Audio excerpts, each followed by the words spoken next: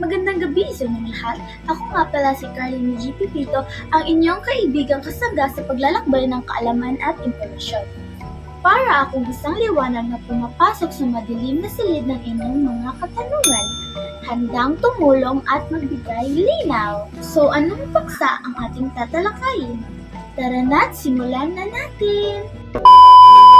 At ngayon, ating tatalakayin ang kahalagahan ng wika. Ngunit, alamin muna natin kung ano ang wika.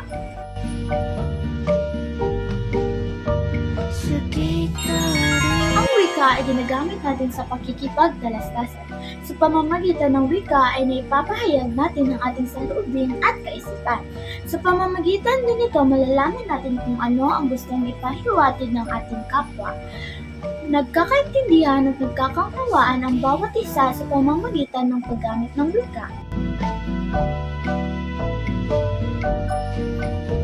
Nagiging instrumento ang wika sa mabisang komunikasyon sa pamamagitan ng paggamit natin nito. Dahil ang wika ang nagsisilbing tulay sa bawat isa para magkakaroon ng maayos at mabisang komunikasyon. At panghuli, ang wika rin ang isang tulay para sa mabuting pakikipagkapwa-tao. At yun lang po, maraming salamat sa inyong pakikinig!